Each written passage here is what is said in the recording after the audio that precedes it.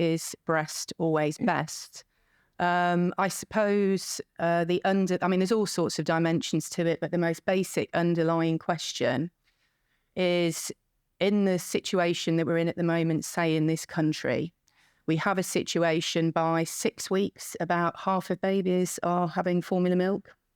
And by 1 year, that's absolutely what babies are drinking in the way of milk. So that we have a very, very big gap between what's said is best, which is exclusive breastfeeding, ideally for up to a year, and what's actually happening.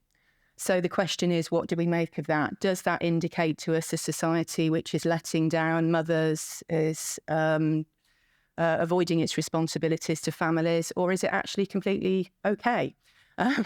Is it something that we should worry about or not? So I think that's the kind of underlying question when we're saying that this is part of family matters.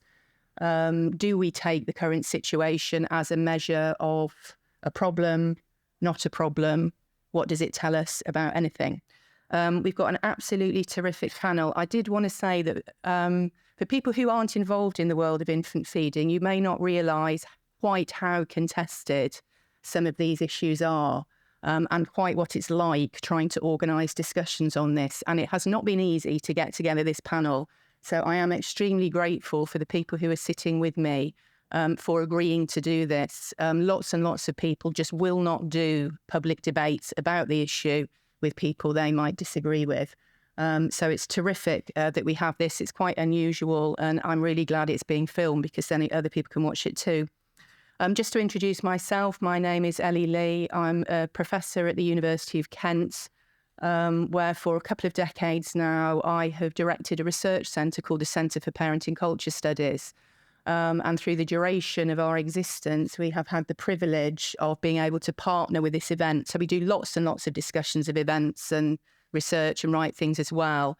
But we have a terrific time every year being part of this event, and it gets academics out of their normal routine and ways of discussing things. And it's a really great opportunity. So thank you to everybody at the Academy of Ideas for giving us this opportunity again. I'm going to introduce my panel in the order in which they will speak. Millie Hill is going to start, who I'm sure is known to plenty of people in the room. I think now would be described as a gender-critical feminist. Would that be what you've become? Focusing on issues around maternity services and language in maternity services particularly. That's now. Obviously has got a longer history in discussions, particularly around birth, but associatedly feeding issues. Second to speak, this is Dr. Rebecca Steinfeld. She should be known to you as the person who successfully campaigned for equal civil partnership. So the reason why we have those in UK law now is down to Rebecca. She is now turning her attention, and her civil partner, I should say. She is now turning her attention as part of what she's doing to policy on infant feeding. So I think we can probably expect quite a lot going on. So I've asked Rebecca to be part of this, so that partly she can talk about the ideas that she's got and how she's turning her campaigning brain to this particular question. Third is Harriet Rudd, who is an NHS feeding specialist. So she's involved in her day-to-day work in NHS hospitals, an NHS hospital particularly. Tunbridge Wells. In Tunbridge Wells, with women who are feeding their babies, and is training as a lactation consultant. Got that right? Yeah. And then last, Dr. Erin Williams. Erin is a senior lecturer in reproductive anatomy and physiology based at the University of Edinburgh. If you follow Erin on Twitter, it is an absolute blast. But some of the things they discuss, I'm a sociologist, it's completely outside of my realm of specialism and knowledge, but you reproductive anatomy people do definitely engage with some really fun topics. So she's bringing that specialism to this, but actually more particularly for the purpose of this discussion, Erin is the co-founder and director of an organisation called Feed UK. A lot of you may have seen the work of Feed UK in the news, because it's by merit of Feed UK's work that the discussion about parents being able to access formula milk and the cost of formula milk has become the issue that it now is. So if you're following the news, it now really is a really big issue. And associatedly, a lot of the debates around it, around what the rules are, which control people being able to get formula milk from places like food banks or even in shops with club card points, say, because there's very particular rules which are now the subject of contest. So that's my panel. As per usual, they've each got between 5 and 7 minutes to speak. I have to shout at them if they're going over, and then it's over to you for the discussion. Millie. Thanks. Okay, so hi. I'd like to begin by saying that as these days I've become known for being an outspoken gender-critical feminist, it's slightly terrifying to have been asked to take part in this discussion on such a comparatively divisive and controversial topic. I've been writing about motherhood, pregnancy, birth and breastfeeding for over a decade now, and the question of how a baby is fed, or should be fed, can be dynamite. I think this is partly because mothering is so very hard and so very poorly supported. And it's emotive because the vast majority of women care more about getting it right for their children than they do about pretty much anything else. It's also because many women want to breastfeed but end up not being able to. I think the stats tell us that just over 80% of women initiate breastfeeding, but that by 6 weeks this has dropped to 24% exclusive breastfeeding in England and 17% in Wales. By 4 months, exclusive breastfeeding has dropped to just 12%. And it's of note that these stats are from 2010. There hasn't been a UK-wide infant feeding survey for 13 years, which shows how it's not a priority. Over the years, I've spoken to many, many women who form part of those statistics. Often their stories mirror the childbirth stories I also hear and go something like this: I wanted to do it naturally, but I just wasn't able to. Most women feel that there was something about their bodies that just wasn't up to the task of giving birth without medical intervention, or the task of sustaining another human life with milk from their own body. I don't think I've ever spoken to a woman who is emotionally indifferent to her inability to have the natural birth she hoped for or to breastfeed. Many are heartbroken. And they are then told, well, don't worry about it too much. You have a healthy baby and that is all that matters. Or, oh, forget about it. Fed is best. But these experiences do matter to women. They matter hugely. And I believe that it's this collective hurt that women carry that makes this topic so difficult and divisive. Because many, many women feel that they have failed, and this is so painful. They then build a defensive wall to protect themselves from that pain, and every brick in that wall says it didn't really matter. They convince themselves, and as many others as possible, of the unimportance of breastfeeding as a defence against the pain they feel. It doesn't matter. Enjoy your healthy baby. Fed is best. Underneath the defensiveness and the pain is grief. And like birth, this is why I feel the low breastfeeding numbers are a feminist issue. Because women are taking the blame for something that is not their fault. They are not born with faulty bodies that are unable to give birth or breastfeed in such huge numbers. They are being let down by a system that has a flagrant disregard for how women's bodies work or how best to support female physiology. In that system, they flounder, and that system allows and often actively encourages them to blame themselves. In today's discussion, we have got to be able to have a conversation about breastfeeding that goes beyond the personal, a conversation in which we engage our own emotional resilience, in which we do not allow any grief we feel for our own experiences to be triggered, and instead focus on what is best for women and babies collectively, on what is best not for us, but for the women and babies of the future. If we talk about evidence and public health, then breast is not best. Breast is normal. Breast is normal, and formula milk is a safe alternative. Breast milk is not an elite product. It is standard food for babies. It's also very different to formula. We have to be able to say this and to acknowledge this science. The female body is exceptionally clever. I'd just like to tell you a few points about how clever it is. It doesn't just squirt out milk when the baby sucks, although that would arguably be clever enough. Breast milk is a live substance that changes and adapts depending on the baby. Formula milk is not. At birth, you get colostrum, which some refer to as liquid gold, a thicker, yellower substance packed with antibodies, antioxidants, vitamins and nutrients in much higher quantities than in breast milk. Breast milk comes in around 3 days after the birth, although the content changes gradually, establishing itself at around 14 days. But that adaptation is continual. Breast milk keeps changing as the baby grows, perfectly tailoring itself to their age and development, with premature baby's milk being specifically higher in fat, calories, and protein, whereas milk for older babies and toddlers becomes increasingly richer in immunoglobulins, perhaps to help give their immunity a boost at a time when they're on the move and therefore in contact with more germs. Breast milk is different in the day and night. When nighttime milk containing nucleotides, sleep-inducing neurotransmitter, and evening milk containing tryptophan, a sleep-inducing amino acid, which helps the baby make melatonin. When the mother kisses her baby, she samples pathogens on the baby's face, which then travel to her lymphatic system, causing antibodies to be created, which the baby then receives through the milk. It's also thought that there's a complex feedback loop between the baby's saliva and the mother's nipple, with backwash from the nursing child travelling back into the nipple and informing the breast about the baby's health needs, causing antibodies to increase if they have a virus, and also helping to regulate the mouth and gut microbiome. Breast milk even differs depending on whether the baby is male or female.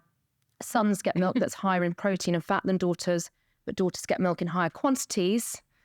And if you don't believe me, ask a dairy farmer, because in the US dairy industry, large-scale farmers will pay extra for sex-selected insemination for their cow's first pregnancy, because if their first calf is female, they will have a significantly higher yield over the next 2 lactations.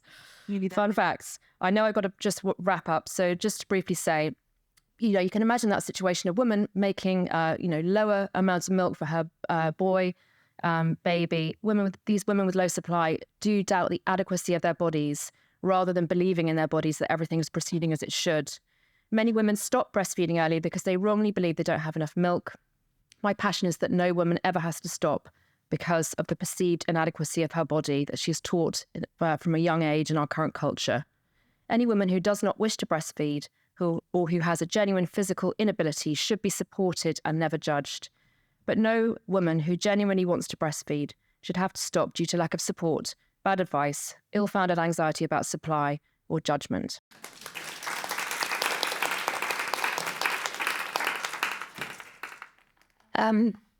First of all, thank you to Ellie Lee for sharing, and Ella Whelan for convening this panel, and to my co-panelists for being willing to take part in what can indeed be a dynamite debate. I also wanted to thank you, Millie, not only for your impassioned speech just now, but also for standing up for women's rights in childbirth and infant feeding. And I said to you when we were talking earlier, I really do admire your tenacity.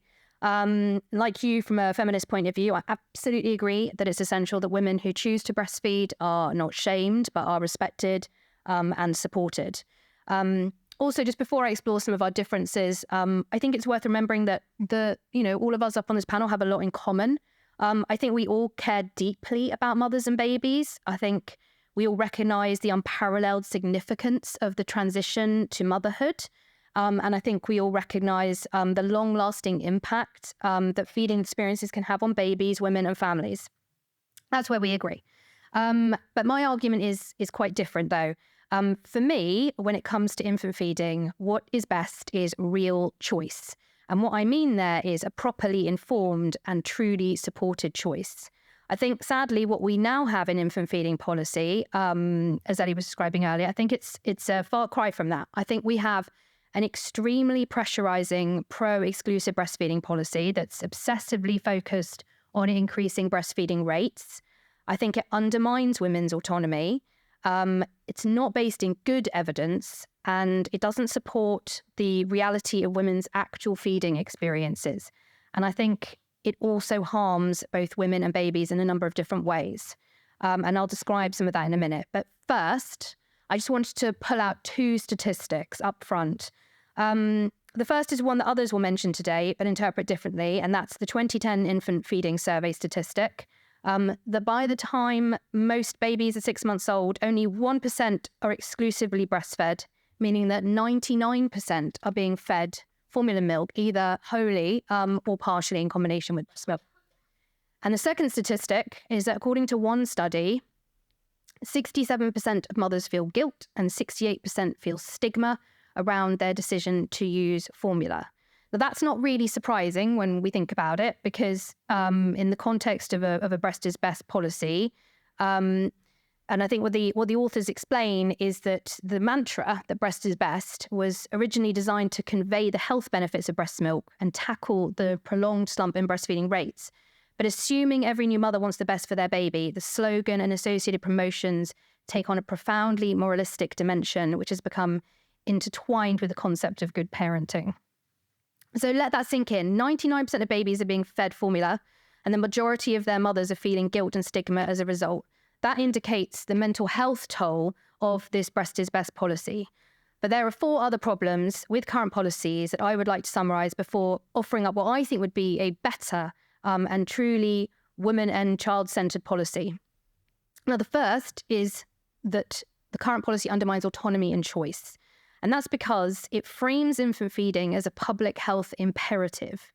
Now, given that breastfeeding is an act done by women through their bodies multiple times per day and night, that intense and ubiquitous pressure to breastfeed that's coming from all official organisations in the UK, Department of Health, NHS England, NICE, UK Baby Friendly, all the maternity services, that's alarming. Now, you'd think that the evidence would have to be overwhelming and unequivocal to justify such a highly pressurising policy that has obvious implications for women's freedom in all sorts of different ways. But it's not. Despite what some will say here today, there is actually little good quality evidence to support the numerous health and non-health claims that are made about the benefits of breastfeeding. The research is weak by scientific standards. And I brought in a book today. Anyone's welcome to come and have a look at it afterwards. It's by Emily Oster. She's a health economist in the States. And she has explained that most studies of breastfeeding, they fail to control for the fact that in the global north, at least, women who breastfeed are typically different from those who do not, meaning that benefits stemming from being born to rich and more educated mothers who tend to be the ones that are breastfeeding are instead wrongly attributed to breastfeeding. It's a case essentially of correlation being incorrectly interpreted as causation. Once you start distinguishing between the poorer quality studies and the higher quality studies, very few of the claimed benefits of breastfeeding hold up. You've got a few short-term health benefits for the baby and a lower risk of breast cancer for women. That's really it. So all the things that you often see plastered in the newspapers about breastfeeding increasing IQ or reducing asthma and allergies or helping women to lose weight or get more sleep or bond with their babies, not supported by good evidence. And I'd say in some cases pretty offensive and or fatphobic to boot. So thirdly, I don't think infant feeding policy reflects infant feeding reality. So despite this intense pressure to breastfeed, services don't match up. So those who are choosing often don't get the support they need to overcome problems. And there's no statutory right to breastfeed on return to work. On the flip side, because of restrictions on marketing of infant formula, those who are formula feeding have to put up with stigmatising tobacco-type warning labels on tins of formula. And because we only let private formula companies sell and at the price of formula, it's extremely expensive and people cannot use supermarket vouchers or points to buy it, while UNICEF guidelines recommend against direct provision of formula to food banks. So in the context of the cost of living crisis, many are resorting to watering down formula, getting it on the black market, and that raises safety issues. Babies should not be going hungry in 2023. Clearly, current policy is not fit for purpose. Final point on problems with current policy is that it causes harm to babies. We've got evidence showing that insufficient milk intake that's linked to exclusive breastfeeding can lead to hospital admissions for infants as a result of severe dehydration, jaundice, hyponatremia, hypoglycemia.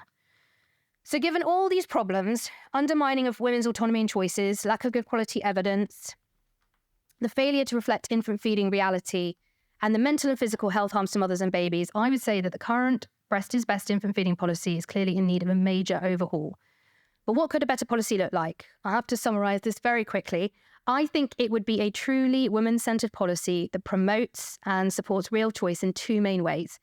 It would enable informed choice by providing women with the most rigorous, up-to-date health information that doesn't overstate the benefits of breastfeeding or the harms of formula feeding as it currently does, and then respects that women are capable of making the best choices for themselves and their families given their unique circumstances and preferences. Second of all, it would provide supported choice so women can realise their decisions in practice, whether that's exclusive breastfeeding, exclusive formula feeding, or a combination of the two. For women who choose to breastfeed, that support could include things like introducing a statutory right to return to breastfeed on return to work and expanding NHS lactation consultancy provision. For people who are choosing to formula feed, I think one thing that we really should consider is introducing a free national formula milk. That would ensure that everybody who needs to feed their baby's formula can access it easily. Right now, what we have essentially is we've farmed out an essential product that 99% of babies are dependent on to the private sector. And I believe we need bigger, bolder change than simply enabling us to use supermarket vouchers to be able to buy formula. A woman-centred, not-for-profit service that has women's, not commercial interests at heart. That's what needs to happen to formula milk.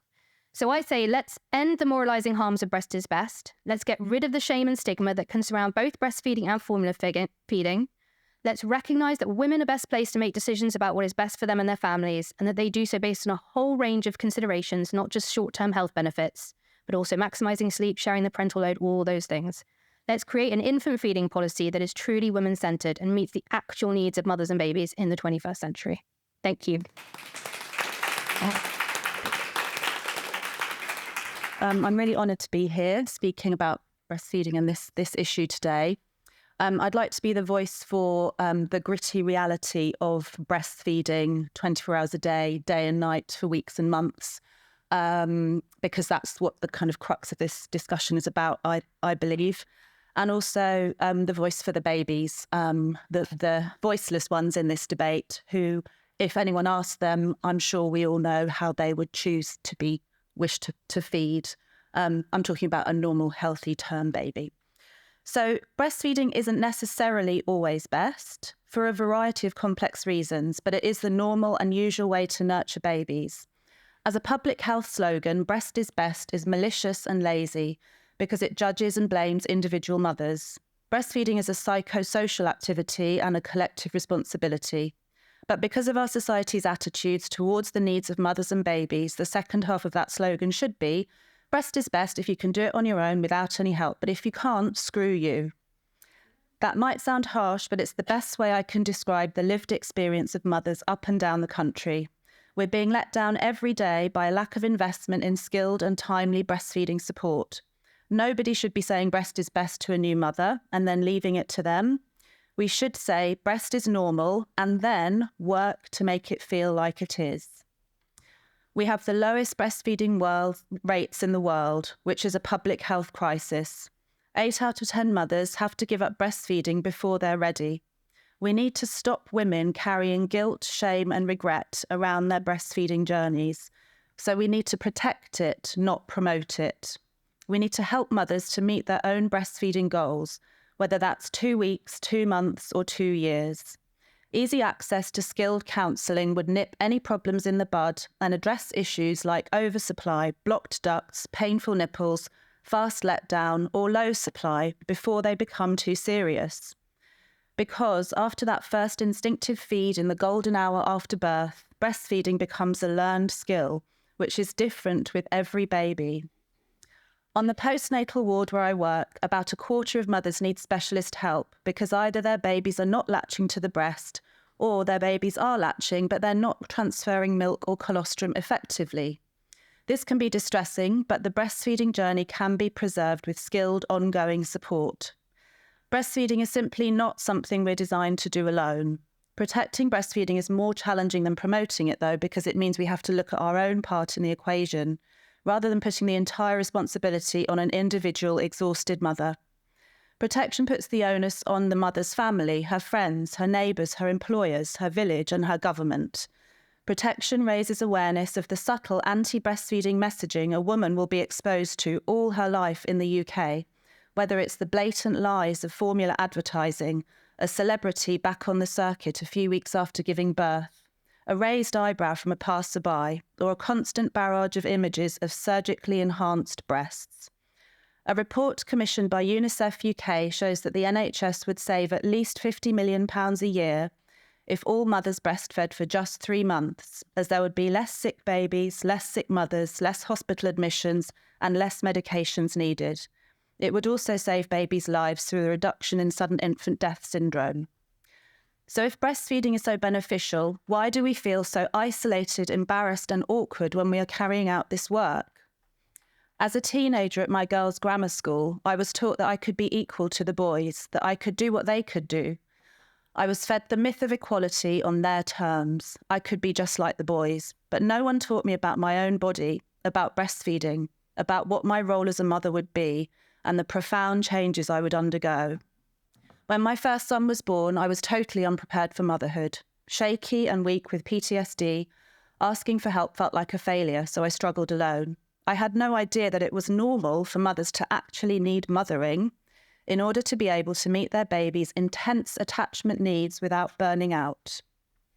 70% of mothers in the UK experience baby blues, which could be described as a mini depression. What a way to begin the mothering journey. But traditional cultures understand the plasticity of the postnatal brain and the vulnerability of the postnatal body. In Zambia, baby blues does not exist. A new mother is never left alone. She's surrounded by female elders and massaged daily, which sounds lovely, maintaining her oxytocin levels and regulating her nervous system. She's relieved of all responsibilities apart from establishing breastfeeding and bonding with her baby. Given that newborns can breastfeed every 60 to 90 minutes, day and night, for weeks and months, this level of care for the new mother is totally appropriate. I know that our culture is very different to that in Zambia, but we as a society dismiss dependence and admire independence. We live in a cult of the individual, but our true nature as humans and primates is dependence and interdependence. There's nothing that brings this truth home more starkly than becoming a mother. Of all mammals, our young are the most immature at birth. If mothers are not breastfeeding, which is a normal human behaviour, we have to ask what is wrong with our society and how can we change it, not what is wrong with mothers.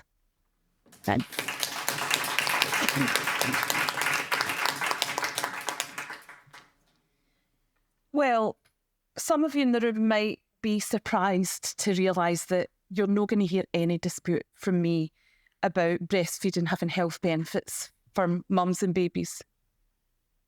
Sorry, I got to say at the beginning, this is Erin from Feed UK. Okay. Hello. So yes, as I say, might be surprising because I am from Feed UK, that I won't be disputing that there are absolutely health benefits of breastfeeding for women and their babies, that women's bodies are more than capable of feeding their babies, and that breast milk is an unrivalled substance. Hell, I'm a reproductive biologist, I live for this stuff. The dispute that I have is with how we support all women within that framework, because I think we're failing them, and that's actually what is causing the infant feeding shitstorm that we kind of find ourselves in today. So how do we do infant feeding support in the UK? Well, we outsource it. The UK NHS has handed over responsibility for its infant feeding healthcare provision to an external organisation, UNICEF UK, who then pays an undisclosed sum of money for their services. So it kind of works in a similar way to like the Stonewall Diversity Champion scheme, where health visiting services, maternity units, neonatal units, children's centres and universities, I think that's all of them, and potentially in the future paediatric units, sign up to UNICEF UK's Baby Friendly initiative. And then UNICEF provide policies and guidance and training for staff and managers. They also run an ongoing accreditation scheme where it awards units a gold, bronze or silver award depending on how well they match the standards set by UNICEF and their Baby Friendly initiative. So the result of this is, I think what you've heard today already, is that we have an infant feeding healthcare system that has taken the position, breast is best. And as Rebecca's outlined, they've gone a bit mad with it, overstating some of the science that backs up that claim. And we focus on promoting breastfeeding at all costs, and that is really fraught with issues for women.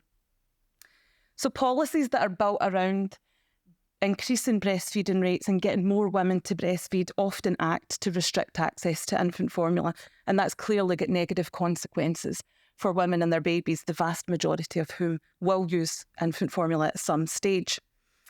For example, we are currently in the midst of the worst cost of living crisis in living memory, yet UNICEF UK are continually fighting tooth and nail against any initiative that would maximise access to infant formula for formula-fed babies in food poverty.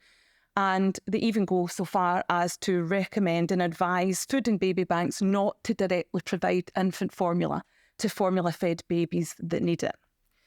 The UK law on selling formula is so badly written that even the government and leading infant feeding organisations are unable to interpret it and provide retailers with clear guidance on what's allowed and what's not. So that means small initiatives like anything that could potentially take the pressure off mums at the till and maximise access to infant formula for those that need it are absolutely hampered. And who does this hurt? It's no the formula companies and it's no UNICEF UK. I think for me, the key issue with this infant feeding system that's focused on getting more women to breastfeed is that women just don't like it. Study after study, they tell us this is not working for us. And actually, just this week, I was at the All-Party Parliamentary Group on Infant Feeding and Inequalities. Say that fast 5 times. And we heard about a new breastfeeding initiative in Nottingham. And when they were doing the research on the implementation of this initiative, the women were actually telling them, we don't really like this. We are well aware of the benefits of breastfeeding, but we don't want to hear about positive healthcare messages. We want to know about the challenges, warts and all. And at the end of the presentation, the speaker was asked, but how does this research help us increase breastfeeding rates? Not, you may have noticed, how can we use this research to better support women and their babies? And that, ladies and gentlemen, is ultimately the problem. When you outsource your infant feeding support to an organisation whose income stream depends on increasing breastfeeding rates, you end up with a system that sells women breastfeeding and presents formula feeding at a risk. And if you can make it to the feed table, I've actually left the 2 leaflets that I was given when I had my second baby, one of which is a very glossy, lovely, magical breastfeeding one, and the other one has got 14 danger triangles about the risks of formula feeding and is printed in that really shitty brown paper that the NHS is favourable for. So the message is loud and clear. Breast is best. And women have just lost trust in this healthcare system and in their healthcare providers because of that, because we're sitting there and we don't know, are you telling me all of this information because you've got my best interests at heart, or are you just driven by the goal of having that gold baby-friendly sticker in your jota? So by talking up the benefits and denying the trade-offs of breastfeeding and withholding information and formula feeding for women, we've just painted a completely unrealistic picture of the reality of breastfeeding babies. And then when it all goes tits up, if you'll pardon the pun, women end up believing, as Millie says, that they're the problem, that their bodies are the problem, and that is absolutely not right. Meanwhile, women who formula feed are left to fill in the gaps and support themselves. So they do this by turning to friends and family, online forums, charities like Feed, and even organisations that profit from infant feeding, such as formula companies. But for me, the worst of it all is that there's just a complete dismissal of what women are telling us. But I suppose that's because, well, what we want is not very baby-friendly, is it? So in summary, I think if asking if breast is best has really become a moot point, because even if it was, we've totally stacked the deck against it and we've alienated breastfeeding women and formula feeding women alike while we've been at it, because we've had this absolutely narrow focus on increasing breastfeeding rates and we've lost sight of the wider aspects of maternal and infant health and well-being. So I agree with Rebecca and Harriet, we can do better than breast is best. It's time to follow Ireland's lead, ditch the baby-friendly initiative and put women and babies back at the heart of infant feeding. Thank you. Just so that we've said it now, where is your stall if people want to go and look at it afterwards? It's up on the first floor where the wee coffee area is. So Okay. big sign with a lovely baby on the right. Okay. Have we got microphones? So to that, then here for the first 3. Yes, thank you for your contributions. That was really interesting. I hear you from the Tunbridge Wells Hospital. I had 2 babies in the mid-90s at the old Pembury Hospital, and I spent 3 years from about 1994 feeding on demand, and it was shattering. But you know what? I do wonder whether we're just complicating life now. We don't need stats and research and evidence. Why don't we just go with the flow of female biology? There's one thing that breasts are made for, and we all know what that is. It's not for showcasing something on Instagram. It's for feeding babies when they come along. And it's a fact, just like it takes a man and a woman to make a baby. And we've got a culture now where we're losing the word mother in certain institutions. We're having, chest feeding. And I just see this as part of a detachment from how strong and amazing women's bodies are. And you know what? Children and babies grow really quickly. It never struck me that I wouldn't be able to breastfeed. To a certain extent, it's about confidence, but it's not about having been an undergraduate or being a 30-year-old mum. My mum was 20 when she had me, a year after she got married. It never struck her in the mid-60s that she wouldn't be able to breastfeed. It's about confidence. It's about having your mum, family, aunties, anybody who can help you, support you, preferably for free and cheaply, just like breast milk is free and cheap. And I won't be queasy about using the word better or best. Yes, it's normal, but it's also best and better. And that is not about making mothers who can't breastfeed for whatever reasons feel bad. But thank you for your contributions. Down at the front here. Hi there. My mum had me in the 50s, and when they put people in stirrups and had horrible times, and she couldn't breastfeed. I sometimes think she was probably so traumatised that might have had an influence. I breastfed both of mine, and what seems to be missing is it's just so much easier to breastfeed. You take them out, you egg your boob out, you plug them in, you haven't got to sterilise anything, you haven't got to buy anything, you haven't got to wash anything. They are beauteously happy and snuggled to you, and it's all nice and cosy and warm. And I'm lucky. I had kids late in life, and my friends told me this. So I gave it a fair chance and it was fine. I have seen people in clinics being shown how to breastfeed by people who clearly had never done it, and it was all about how you hold your fingers. Don't think so. It's where you hold the baby. Is the baby hungry? So I just wonder, my question is, there's clearly nobody with a financial motive to make beautiful adverts and put them on TV about breastfeeding because nobody makes any money out of it. So that's one question.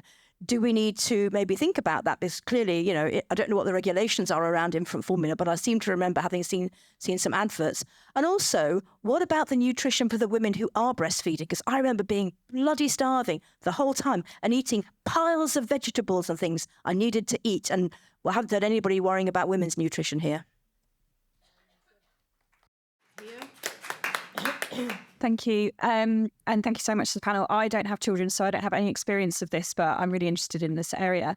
And I'm interested, it was interesting when you were saying that the UK has got the lowest numbers in the world of women who breastfeed. And I wonder why we think that might be, but potentially as well, whether or not that's something that has perhaps come about through social changes, such as the increase of women going into the workplace and how this affects women's rights issues. I'd be interested in your thoughts on that. Thank you. Going to take two more. The lady in the pink straight ahead of me there, and then the lady over here, and then I'll come back to the panel. So as we are sharing personal stories, I've got 3 children. I didn't breastfeed any of them. They're all now 6 inches taller than me. And I would say that fed is definitely best in my experience. I think as soon as we go beyond saying fed is best, we are very much in the realm of morality. And it seems to me that it's not a morality about babies, but it's a morality about adults. And to be more specific, it's a morality about women. And it's a morality about how women should be living their lives. Now, I'll be brutally honest, the reason why I didn't breastfeed any of my babies, well, beyond like maybe a couple of weeks, is because it was boring. Because I had to sit still and I hate sitting still, because it was tiring and because, quite frankly, I had better things to do with my life. I lived a life in a context where I wanted to be doing other things than sitting still for hours and hours and hours. And I think that's the kind of brutal reality of what breastfeeding means. So I think the problem is not lack of advice. I had hundreds of health visitors and midwives, it seemed, coming round wanting to put their hands all over my breast, telling me, this is how you latch on, this is what you're supposed to do. So I think it's absolute bullshit that women don't have enough advice or help or guidance on how to breastfeed. I think they absolutely do. I think you're completely right. They just don't like it. It's boring and it stops you living a proper full life. So the question is, for me then, is why are we in this position? Why do we have this morality?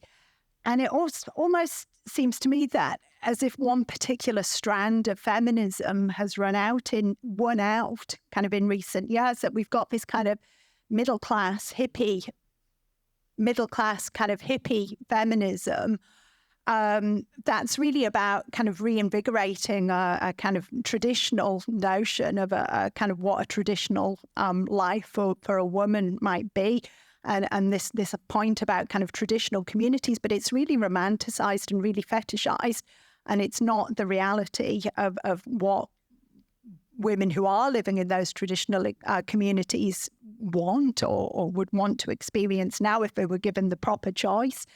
I think that's won out over a more kind of working class, if you like, down to earth feminism. So when we talk about morality, I think what we're really talking about is politics. And it's about a kind of political impetus to change society. But it's about moving us away from the busy, full context of which women live their lives now to try and re-alter and re-engineer society, but using breastfeeding women as a kind of means to achieving that end. And I think it really stinks. Thanks. Just to say, I'll come to you in a sec. On the statistics, well, one factoid, which I think is quite interesting, is that without services, because of the circumstances of the pandemic, women did more breastfeeding, presumably just because they were stuck at home with nothing to do and really bored. Whether anybody would advocate pandemic circumstances as an ideal scenario is obviously open to question. The other thing to say on statistics, just before things go off on that too much, is actually quite difficult to make comparisons. I mean, as Millie mentioned, one thing is that we haven't had an infant feeding survey, which is a Department of Health survey that's first started in the 1970s, and it was suspended in 2010. It is about to start up again. But the other thing within it is the difficulties which exist across all domains of trying to compare countries with what you're comparing and what anybody means by things. So what the definition is of breastfeeding at any point. And it can mean different things at different times. And then there's the whole issue of how the data is collected. With the IFS, it's through telephone surveys. As with any survey, there's always the issue of what people say against what they're actually doing. So the whole question around data reliability and what you're comparing is actually, so answering your question, but my point is it's not actually very straightforward. What there is, it reminds me actually in terms of my own history of writing and academic research, there's some things that go on with the argument that's made about breastfeeding rates in Britain, which are a bit like what used to happen with teenage pregnancy, where you get very strong language used about just how bad it is, because administrative bodies want to make the point that it's really, really terrible, for reasons which are to do with the politics, I think, of administrative bodies. Right, over here. Oh, sorry, it's actually the lady in front of you. And then I'm going to come to the panel, and then I know there's you both over here that want to say something, yeah. I've had 2 babies in the last 3 years. The first one was during the pandemic, and I had a really difficult birth, didn't receive much support, and consequently tried to breastfeed him very, very hard. Did Zoom lactation feeding consultants, had so many midwives around trying to help me, but because of a difficult birth, it simply didn't happen. 9 months ago, I had another one. This time, great birth, breastfeeding, amazing, love it, couldn't be happier. But with both children, and I've moved cities, so I've done NCT both times, there was no awareness. I mean, maybe a sort of 10-minute discussion in my NCT and at the different hospitals I was at in Manchester and London of just how incredibly difficult breastfeeding is. Both times I experienced bleeding nipples, total pain. I've heard from some people that fair-skinned people find it harder. This time around, I was at Homerton University and the midwives were aghast that I was crying with pain, and it was pure agony. I'm really glad I persevered, and now, I feed all day long. I'll probably pop out in a while to see my son, but the pain has completely gone. But I had no former knowledge of how incredibly hard it would be, and I don't know why NCT midwives pre-birth are not telling people this is a real journey. You are going to need to be eating biscuits through the night. You're going to need people around you to help you, but it's worth it. I'm just completely fascinated why that's still such an issue. And, you know, I thought it'd be interesting for people to know that's something which is going on right now still. And I think if people are given that awareness, right, this is a journey you're going to have to go on, but it's worth it, that might really help women. So. Right, I'm going to take our panel now going from this end this way to just a comment or two, not too long. I think what the comments have been great, and thank you all for sharing your own individual stories. I think what we have to do is remember that we can't extrapolate our own experiences to everybody else. So while some people do find breastfeeding easy and worth it to persevere and all that kind of stuff, like your story, you know, some women just don't want to do it. And the idea that we are not set up for the reality comes through loud and clear. And I don't know why. I can only imagine that the reason we don't share about, you know, we deny the trade-offs of breastfeeding is because of this fear that if we tell women about the reality that they won't do it. Exactly. So, and actually in that at GIFI meeting, one of the comments was, oh God, we can't tell women about, you know, all of the things that, and it's like, what? That it comes back to what Rebecca's saying, that is not informed choice. That is not trusting women that if we give you the, you know, unbiased information, that you are competent enough to make the decision that is best for you. It's exactly placing a morality onto what we think women should be doing. And Feed get a bit of backlash, shocker, because while we are absolutely evidence-based and we completely accept the benefits of breastfeeding, we don't believe that it therefore follows from that we should be pressuring or coercing women into doing it. We think we should just present them with the information and let them make the choices that best reflect them and work for their current scenarios. Women are the experts in their own lives.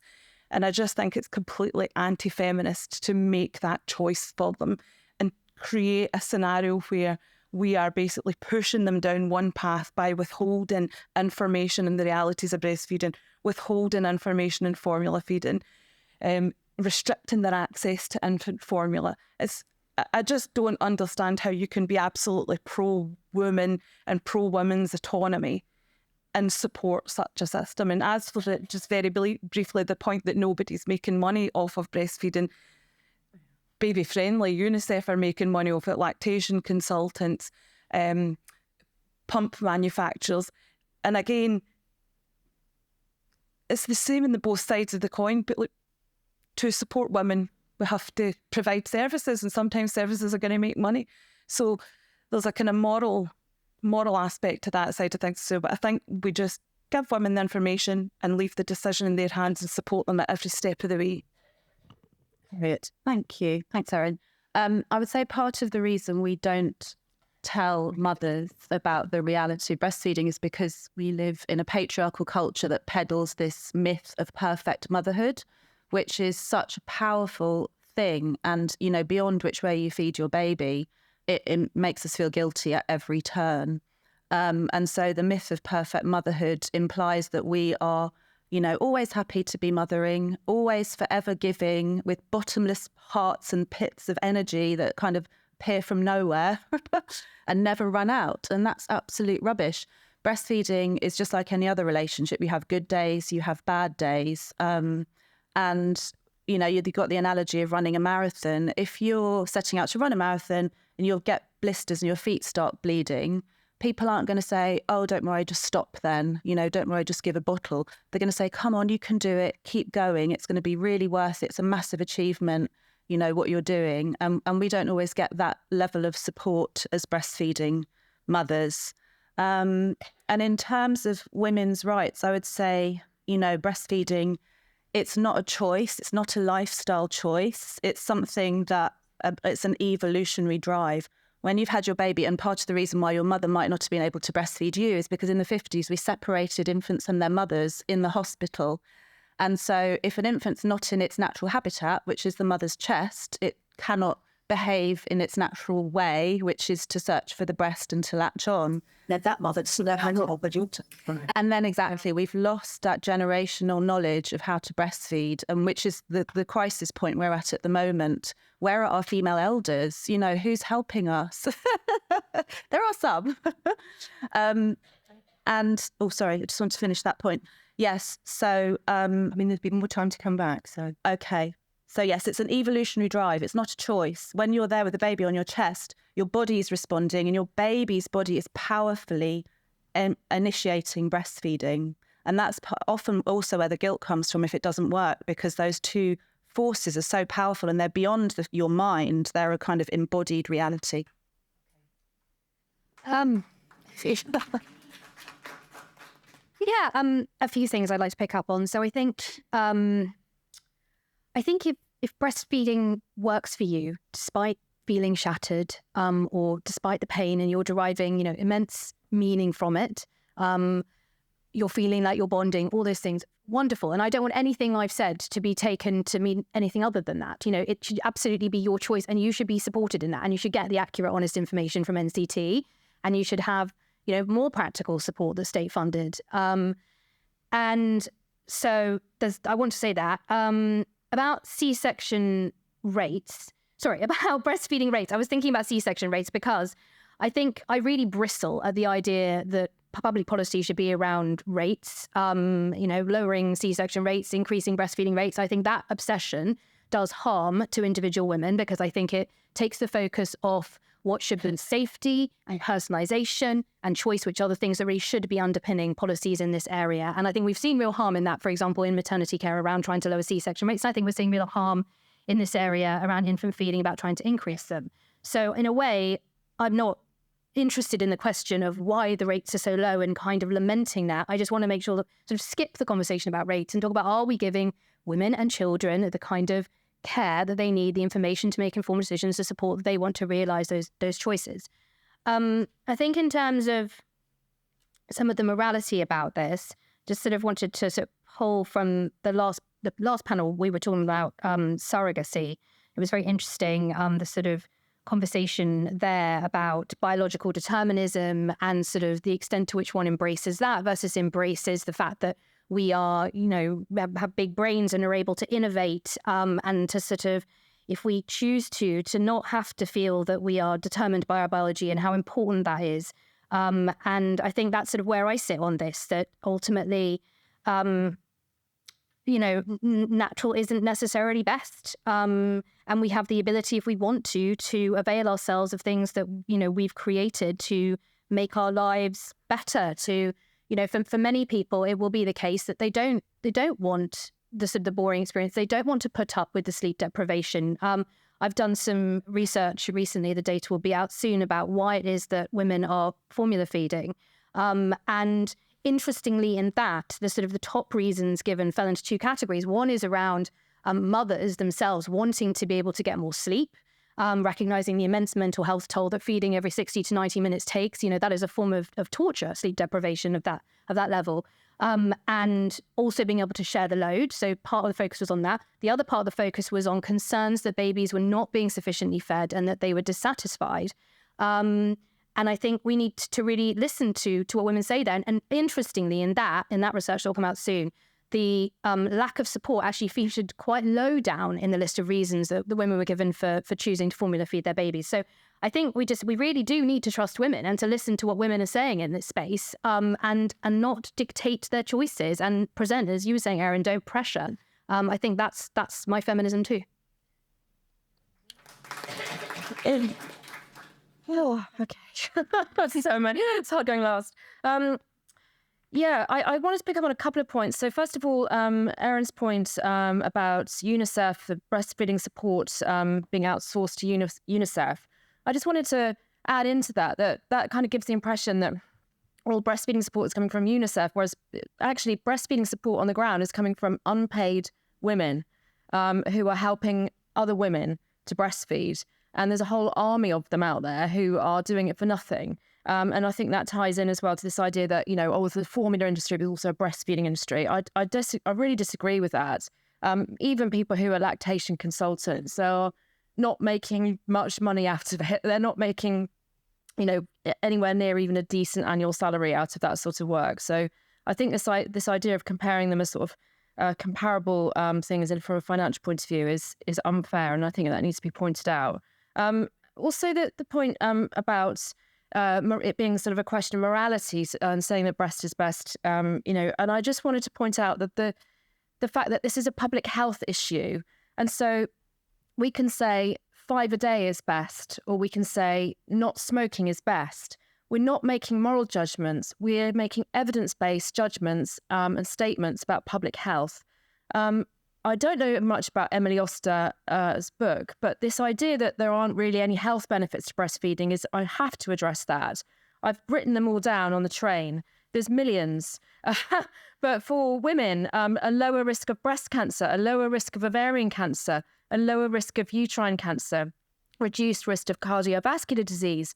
Breastfeeding women 14% less likely to develop coronary heart disease, 12% less likely to suffer stroke, 70% less likely to die from cardiovascular disease.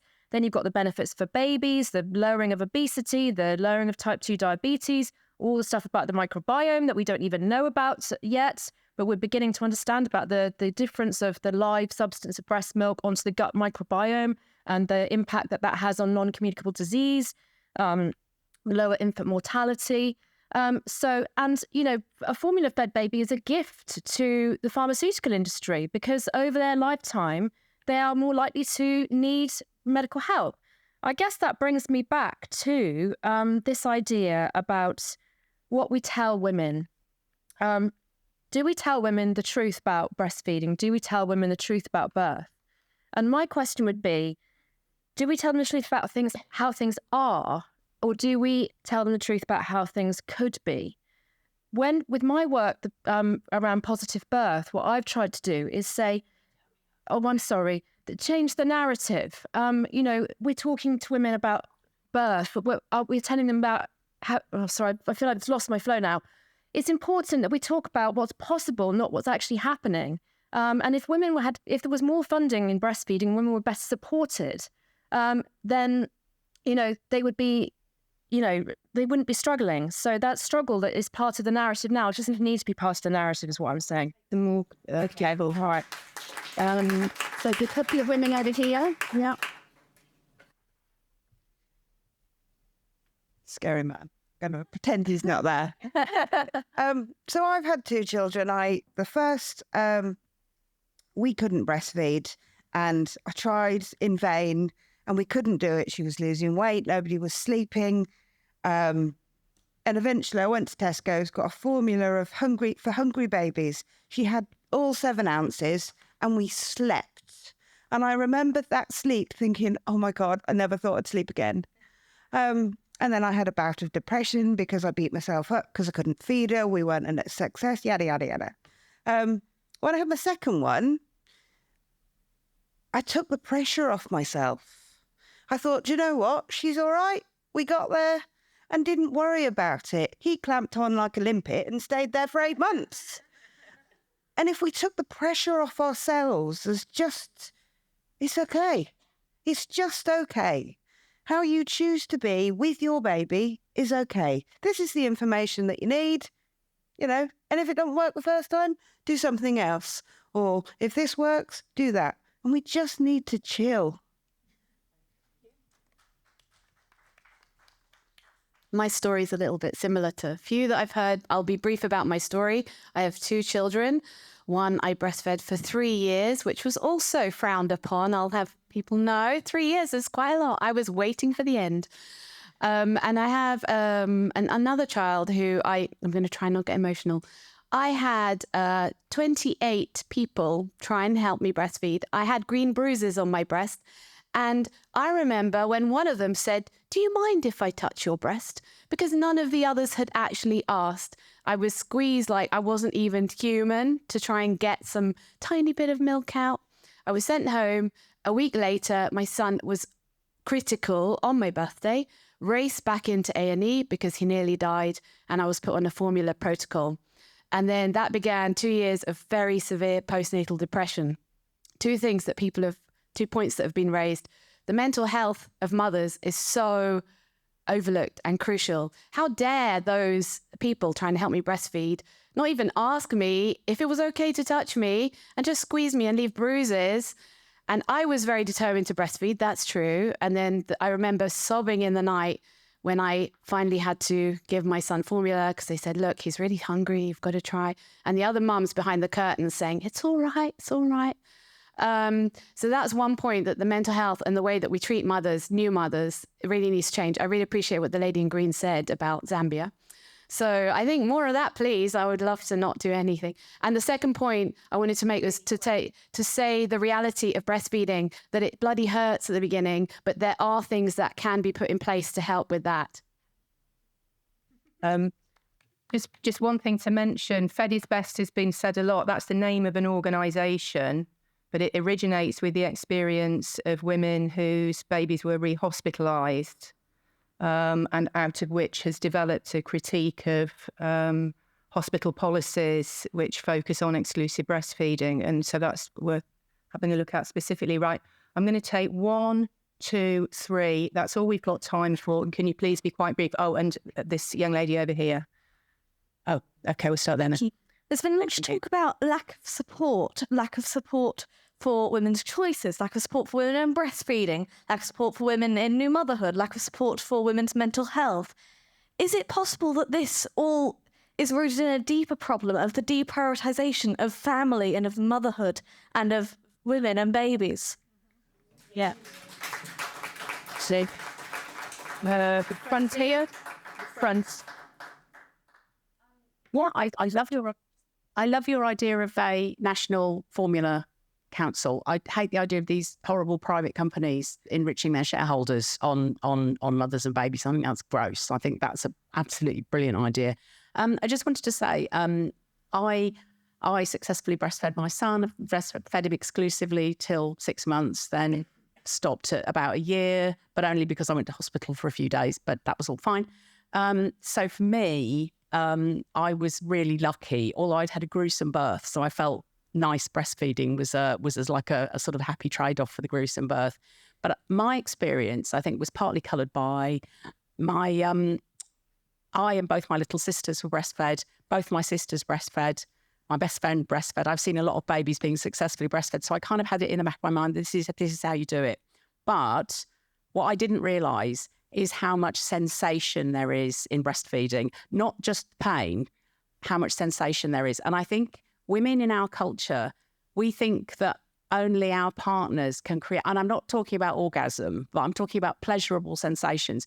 We are very reluctant to embark on that psychodynamic journey of pleasurable sensations about feeding. I think that makes a lot of women very, very uncomfortable. And that's something that I never, ever hear discussed. We ought to talk about there are sensations in breastfeeding. Mm-hmm. All right. Yep. Thank you. There's two here, and then that's going to be it. And try and be succinct. Hi, thank you to all the panelists for some really interesting points. I will try and keep this brief. One of my first thoughts was I feel there is a huge kind of hypocrisy and disconnect within the medical system. I work as a maternity reflexologist. I've been doing it for over 20 years, and I've seen shifts and changes in that time where there is more and more distrust of women's bodies, their ability to safely, carry out a pregnancy and for their body to birth. And so all this messaging is coming in, like, you can't trust nature, like, we have to intervene just to be safe, like, get out of the way, let the medics do their thing. And then, there's more and more induction earlier and earlier. The C-section rate in my career has gone from 25 to 30% to now closer to 50% in places. And I can't help but think this has an impact on breastfeeding, and that women then give birth and then they're expected to be all earth mother. It's like, oh, well, do your breastfeeding because that's what's natural. And for our whole lives, we've been told our bodies are faulty and they need support and you can't do it by yourself. And then you're pushed off on your own to do breastfeeding by yourself. There just feels like there's a massive disconnect there. And maybe that's something that needs to be addressed within the healthcare system overall. Maybe we need to encourage women to connect with their bodies more and trust it more and trust nature a little bit more and have medicine as the emergency backup that I think it was originally meant to be. Thank you. My son was 7.5 weeks early, and I just couldn't breastfeed. But disregarding that, when he and his wife gave birth 6 months ago, she just said from day one, I'm not going to breastfeed. So I was quite surprised that was her initial decision without even trying, which is fair enough. And since then, I can honestly say my son's experience, never mind her being the mother, has been fantastic. He can get up in the middle of the night and he can feed his daughter. He can deal with everything she throws at him. The tsunami, nappy, go and get a new bottle, start again if she's been sick all over him, which with breastfeeding he could never have done. And his experience has been fantastic. Okay. All right, I'm going to... Oh, sorry, I'd missed you there. Could you be quick? Yep.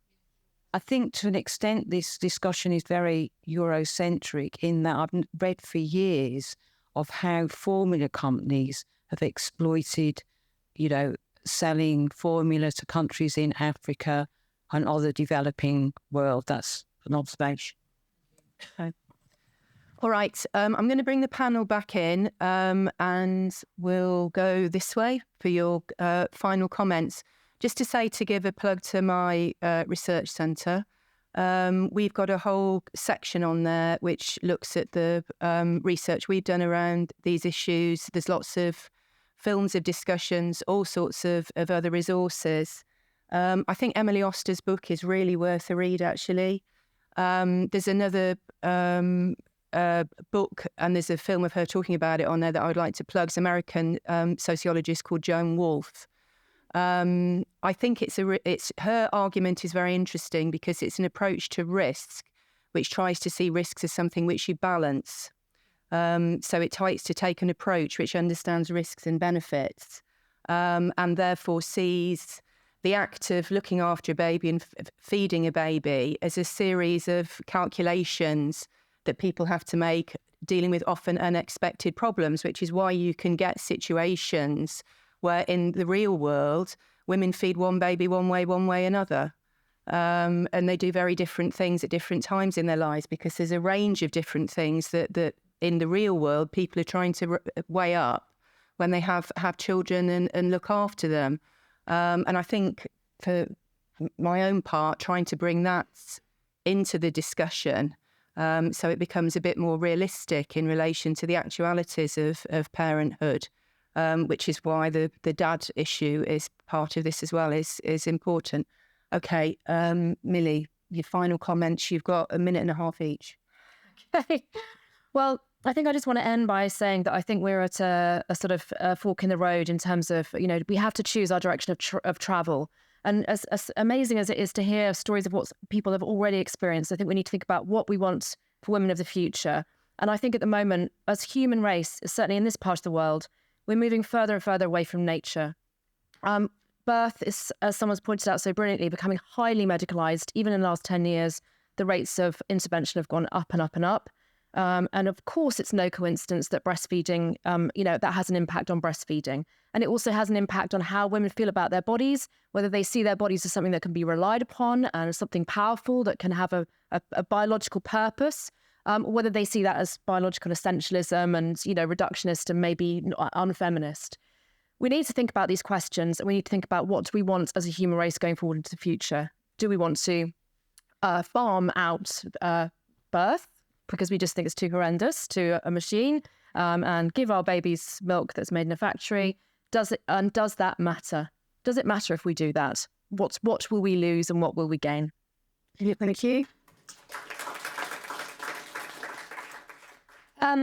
A couple of things. So on the evidence point, I wanted just to push back and say that there is good evidence for some benefits of breastfeeding. But I think this idea that there are hundreds and not thousands of benefits, short-term, long-term for the baby, for the mother, for the world, for climate change, that is absolute overreach and is not well substantiated. And I think, again, if we're going to have a highly pressurizing policy, the bar that has to be set for the evidence has to be very, very high, and the evidence has to not be that bar. I think in terms of formula milk, I'm really glad that you like my proposal for a free national formula milk, because I think that solves lots of things in this space. I think at sort of the point of access and use, it overcomes, bureaucratic barriers, it overcomes cost barriers. It means that we can be, creating formula is centered around women and infants rather than around commercial interests. And I think that will help for a lot of people who understandably feel like, huge concern given the practices of some formula companies in the 1970s leading to the deaths of thousands of babies, where they bristle at the idea of sort of making formula more readily available if it profits those companies. I think the idea of a free national milk would resolve some of that. And just in terms of feminism, I think I really like your point about, being able to share feeds. And I'm thinking about Charlotte Flairclaw's presentation at your conference in May, where she was talking about the long-term impact of these feeding decisions in terms of relationships, heterosexual couples, where they've got this expectation of equality within the relationship. And then current infant feeding policy means that it becomes a responsibility of one party to be providing all the food. And that has a very, casts a long legacy that I think is very problematic and lead to, relationship breakdown in many cases. So I think there's some very strong feminist arguments for, moving to a policy that really is about choice, informed choice and supported choice. So I would just like to point out that I spent hundreds and hundreds of hours volunteering as a breastfeeding peer supporter and a breastfeeding counsellor before I earned a single penny from anything to do with breastfeeding. And I did it because I knew how much I got out of breastfeeding and my relationship with my children. And I also knew how hard it was and how much emotional support a mother needs when she's breastfeeding. And whether it's ethical for unpaid volunteers who are usually got young children themselves to be propping up the NHS for such an essential service, I don't know. And if men breastfed, I just can't imagine that would be the case. I think if we want to really change our breastfeeding outlook on breastfeeding in this country, we need a massive cultural shift. We need to stop frowning upon older children breastfeeding for a start. That often puts people off right from the beginning. The normal length of breastfeeding for our species is between 2 and 7, actually, which is very long. So we tend to wean very early in this culture. We need to enable women who are coming back to work to be able to pump. We have people at work in the NHS who are sitting in their cars in a car park pumping their breast milk because there's nowhere for them to pump anywhere in this hospital. It's now, mandated that we need to change that, but it's still not happening. And yeah, I think I've lost what else I was going to say, but yeah, thank you very much. I think you actually raise a really great point there that charity is a failure of the system. Feed only exists because the current system is not working for women and their babies. And again, we do this on an absolutely voluntary basis because we want to support women. So to pick up on Millie's point about what do we want for the women and the babies of the future, and I think what we need to do is we need to get out of this narrow focus on increasing breastfeeding rates and take a much wider view of what we can do to increase maternal and infant well-being. And I think tackling underlying issues like differences in socio-demographics, poverty, undernutrition in the women and their infants is actually going to have a much bigger impact than just funneling women down this you must breastfeed pathway. And I think if we go upstream and tackle those bigger societal issues, more women will probably end up breastfeeding. So if we take the pressure off, focus on the wider issues, trust women to make the informed choices that benefit themselves, I think we can really make a big difference for the women and the babies of the future. All right. Thank our panel.